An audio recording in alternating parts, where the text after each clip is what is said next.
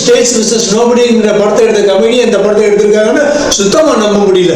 அந்த அளவுக்கு அந்த கோர்ட் படம் ரொம்ப சைலண்டா இருந்தது. ஆனா இந்த படம் ரொம்ப வைலண்டா இருக்கு. படத்துல ஒரு பெரிய ஹீரோ நுழைஞ்சதுனாலே என்னவோ ஓவர் பில்டப் அட்ராசிட்டி தாங்க முடியல. ஆனா என்ன சந்தோஷம்னா பாலையா படம் அளவுக்கு இவங்க கொண்டு வரல.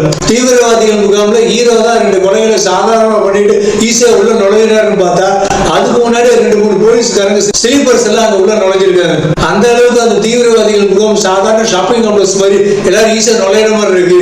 கிளைமாக்ஸ்ல நடக்கிற சண்டையில ஹீரோ அருவால கத்தியால அவ்வளவு விட்டு குத்து வாங்கி கொஞ்சம் கூட சளைக்காம சண்டை போடுறதை காட்டி இன்னும் எத்தனை நாளைக்கு தான் நம்மளை காவு வாங்க போறாங்கன்னு தெரியல. ஹீரோ தீவிரவாதிகள் முகாம்ல சேர்ந்த முதல் நாளே தனியாளா ஒவ்வொரு ரகசிய அறிக்கை போய் வேவு பார்க்கிறாரு.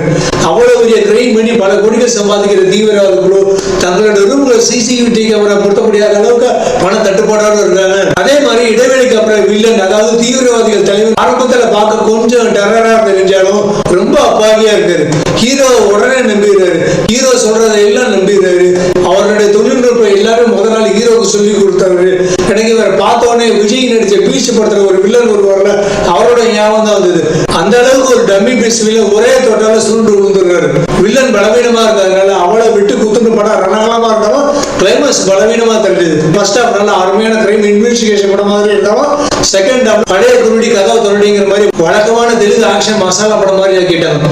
அது மாதிரி போலீஸ் யூனிஃபார்ம் அந்த அளவுக்கு மதிக்கிற ஹீரோவை ஏன் படம் ஃபுல்லா பரட்ட கலை பிளஸ் தாடியோட அலைய விட்டுருக்காங்கன்னு தெரியல.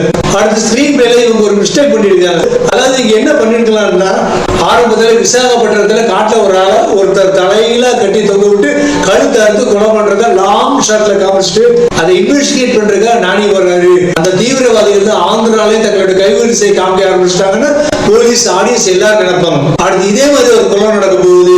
காட்டுல ஒரு மனுஷனை கட்டி தொங்க விட்டு இருக்காங்கன்னு போலீஸ்க்கு தகவல் தெரிஞ்ச உடனே அந்த கோமலி பிரசாத் ஓடி வந்து அந்த கொலையாளியை ரவுண்ட் அப் பண்ணி கொலையாளியுடைய முகத்தை திருப்பி பார்க்கும் போது ஷாக் ஆகணும். இவரை அந்த 2 கொலைகள் பண்ணிட்டு அந்த போலீஸ் அதிர்ச்சி ஆகிற மட்டும் இல்லாம ஆடியன்ஸ் ரொம்ப அதிர்ச்சி ஆயிடுவாங்க. படம் வேற லெவல்ல இருந்திருக்கும். இவங்க ஆரம்பத்திலே சஸ்பென்ஸை ரிவீல் பண்ணிடுறாங்க. அதனால ஃபர்ஸ்ட் ஹாஃப் த்ரில்லிங் மூடி இன்னும் கொஞ்சம் மிஸ் ஆகுது. மலையாள சினிமா நல்ல ஃபேமஸ் ஆயிட்டு வருது இல்லையா? அதை பார்த்தோன்னே தெலுங்கு சினிமா இண்டஸ்ட்ரி நம்மளும் மலையாள படம் மாதிரி யதார்த்தமா எடுப்போங்கிற பேர்ல மலையாள சினிமாவுக்கு அவமான சினிமான மார்க்கோ மாதிரி ஒரு ரத்த வரி படிச்ச படத்தை எடுக்க நினைச்சிருக்காங்க. கிட்டத்தட்ட ஹீரோ வில்லன்கள் இவங்க எல்லாம் கதாபாத்திரங்களா இல்ல கசாப்படக்காரங்களால குழம்புற அளவுக்கு ஆளுக்கால் கையில அருவாள் கத்தின்னு ரம்ஜானுக்கு ஆடு மாடு வெட்டுற மாதிரி எல்லாரும் வெட்டி கூச்சிட்டு இருக்காங்க.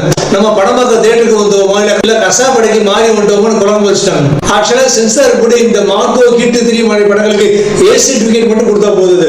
கணக்கு ஒழுங்கா காமிச்சு வசூல பத்தி கவர்மெண்ட்டுக்கு கண்டிப்பா கொடுக்க சொல்லிடணும். முடிஞ்சு அந்த படத்தை பேன் பண்ணிடணும்.